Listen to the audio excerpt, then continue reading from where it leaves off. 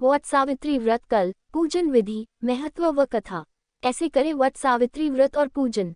सुहागन स्त्रियां वट सावित्री व्रत के दिन 16 श्रृंगार करके सिंदूर, रोली, फूल, अक्षत, चना, फल और मिठाई से सावित्री, सत्यवान और यमराज की पूजा करें। यह व्रत करने वाली स्त्रियों को चाहिए कि वह वट के समीप जाकर जल का आचमन लेकर कहे, ज्येष्ठ मात्र कृष्ण पक्ष त्रयोदशी अमुक वार में मेरे पुत्र और पति की आरोग्यता के लिए एवं जन्म जन्मांतर में भी मैं विधवा न हूँ, इसलिए सावित्री का व्रत करती हूँ। वट के मूल में ब्रह्मा, मध्य में जरनादन, अग्रभाग में शिव और समग्र में सावित्री है। हे वट, अमृत के समान जल से मैं तुमको सींचती हूँ। ऐसा कहकर भक्तिपूर्व एक सूत के डोर से वट को बांधे और गंध, पुष्प तथा अक्षत से पूजन करके वट एवं सावित्री को नमस्कार कर प्रदक्षिणा करे। वट सावित्री व्रत कथा। प्राचीन काल में मद्र देश में अश्वपति नाम के एक राजा राज्य करते थे। वे बड़े धर्मात्मा, ब्राह्मण भक्त, सत्यवादी और जितेंद्रिय थे। राजा को सब प्रकार का सुख था, किंतु कोई संतान नहीं थी। इसलिए उन्होंने संतान प्राप्ति की कामना से 18 वर्षों तक पत्नी सहित सावित्री देवी का विधि पूर्वक व्रत तथा पूजन कठोर तपस्या की। सर्वगुण देवी सावित्री ने प्रसन्न होकर पुत्री के रूप में अश्वपति के घर जन्म लेने का वर दिया। यथासमय राजा की बड़ी रानी के गर्भ से एक परम तेजस्विनी सुंदर कन्या ने जन्म लिया। राजा ने उस कन्या का नाम सावित्री रखा। राजकन्या शुक्ल पक्ष के चंद्रमा की भांति दिनों दिन बढ़ने लगी। धीरे धीरे उसने युवावस्था में प्रवेश किया। उसके रूप लावण्य को जो भी देखता उस पर मोहित हो जाता। कन्या के युवा होने पर अश्वपति ने सावित्री के विवाह का विचार किया।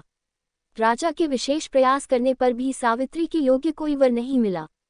उन्होंने एक दिन सावित्री से कहा, बेटी, अब तुम विवाह के योग्य हो गई हो, इसलिए स्वयं अपने योग्य वर की खोज करो। पिता की आज्ञा स्वीकार कर सावित्री योग्य मंत्रियों के साथ स्वर्ण रथ पर बैठकर यात्रा के लिए निकली। कुछ दिनों तक ब्रह्मर्षियों और राजर्षियों के तपोवनों और तीर्थों में भ्रमण करने के बाद वह राजमहल में लौट आई। उसने पिता के साथ देवर्षि नारद को बैठे देखकर उन दोनों के चरणों में श्रद्धा से प्रणाम किया। महाराज अश्वपति ने सावित्री से उसी यात्रा का समाचार पूछा। सावित्री ने कहा, पिताजी, तपोवन में अपने माता पिता के साथ निवास कर रहे द्युमत्सेन के पुत्र सत्यवान सर्वथा मेरे योग्य हैं। अतः सत्यवान की कीर्ति सुनकर उन्हें मैंने पति रूप में वरण कर लिया है। नारद जी सत्यवान तथा सावित्री के ग्रहों की गणना कर राजा अश्वती से बोले, राजन, सावित्री ने बहुत बड़ी भूल कर दी है। सत्यवान के पिता शत्रुओं के द्वारा राज्य से वंचित कर दिए गए हैं। वे वन में तपस्वी जीवन व्यतीत कर रहे हैं और अंधे हो चुके हैं। सबसे बड़ी कमी ये है कि सत्यवान की आयु अब केवल 1 वर्ष ही शेष है और सावित्री के 12 वर्ष की आयु होने पर सत्यवान की मृत्यु हो जाएगी।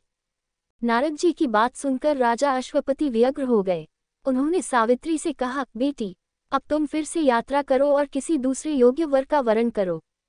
सावित्री सती थी। उसने दृढ़ता से कहा, पिताजी, आर्य कन्या होने के नाते जब मैं सत्यवान का वरण कर चुकी हूँ तो अब सत्यवान चाहे अल्पायु हूँ या दीर्घायु, अब तो वही मेरे पति बनेंगे। जब मैंने एक बार उन्हें अपना पति स्वीकार कर लिया, फिर मैं दूसरे पुरुष का वरण कैसे कर सकती हूँ। सावित्री का निश्चय दृढ़ जानकर महाराज अश्वपति ने उसका विवाह सत्यवान से कर दिया।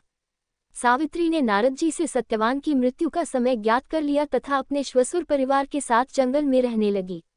धीरे धीरे वह समय भी आ पहुंचा जिसमें सत्यवान की मृत्यु निश्चित थी। सावित्री ने नारद जी द्वारा बताया हुए दिन से 3 दिन पूर्व से ही निराहार व्रत रखना शुरू कर दिया था। नारद द्वारा निश्चित तिथि को पति एवं सास ससुर की आज्ञा से सावित्री भी उस दिन पति के साथ जंगल में फल मूल और लकड़ी लेने के लिए गई। सत्यवान वन में पहुंचकर लकड़ी काटने के लिए बड़ के पेड़ पर चढ़ा। अचानक वृक्ष से लकड़ी काटते समय सत्यवान के सिर में भयंकर पीड़ा होने लगी और वह पेड़ से नीचे उतरा। सावित्री ने उसे बड़ के पेड़ के नीचे लिटाकर उसका सिर अपनी गोद में रख लिया। कहीं कहीं ऐसा भी उल्लेख मिलता है कि वट वृक्ष के नीचे लेटे हुए सत्यवान को सर्प ने डस लिया था। उसी समय सावित्री को लाल वस्त्र पहने भयंकर आकृति वाला एक पुरुष दिखाई पड़ा। वे साक्षात यमराज थे। यमराज ने ब्रह्मा के विधान के रूपरेखा सावित्री के सामने स्पष्ट की और सावित्री से कहा, तू पतिव्रता है, तेरे पति की आयु समाप्त हो गई है, मैं इसे लेने आया हूँ। इतना कहकर देखते ही देखते यमराज ने सत्यवान के शरीर से सूक्ष्म जीवन को निकाला और सत्यवान के प्राणों को लेकर वे दक्षिण दिशा की ओर चल दिए। सावित्री भी सत्यवान को वट वृक्ष के नीचे ही लिटाकर यमराज के पीछे पीछे चल दी। पीछे आती हुई सावित्री को यमराज ने उसे लौट जाने का आदेश दिया।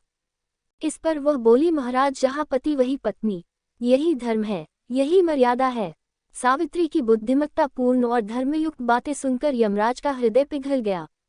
सावित्री के धर्म निष्ठा से प्रसन्न होकर यमराज बोले, पति के प्राणों से अतिरिक्त कुछ भी मांग लो।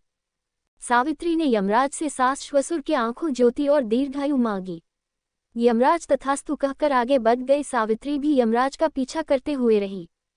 यमराज ने अपने पीछे आती सावित्री से वापस लौटे जाने को कहा तो सावित्री बोली, पति के बिना नारी के जीवन की कोई सार्थकता नहीं। यमराज ने सावित्री के पतिव्रत धर्म से खुश होकर पुनः वरदान मांगने के लिए कहा। इस बार उसने अपने श्वशुर का राज्य वापस दिलाने की प्रार्थना की। तथास्तु कहकर यमराज आगे चल दिए। सावित्री अब भी यमराज के पीछे चलती रही। इस बार सावित्री ने 100 पुत्रों का वरदान दिया है, पर पति के बिना मैं पुत्रों का वरदान दिया है, पर पति के बिना मैं माँ किस प्रकार बन सकती हूँ। अपना ये तीसरा वरदान पूरा कीजिए। सावित्री की धर्मनिष्ठा, ज्ञान, विवेक तथा पतिव्रत धर्म की बात जानकर यमराज ने सत्यवान के प्राणों को अपने पाश से स्वतंत्र कर दिया। सावित्री सत्यवान के प्राण को लेकर वट वृक्ष के नीचे पहुंची, जहां सत्यवान के प्राण को लेकर वट वृक्ष के नीचे पहुंची जहां सत्यवान का मृत शरीर रखा था। सावित्री ने वट वृक्ष की परिक्रमा की तो सत्यवान जीवित हो उठा।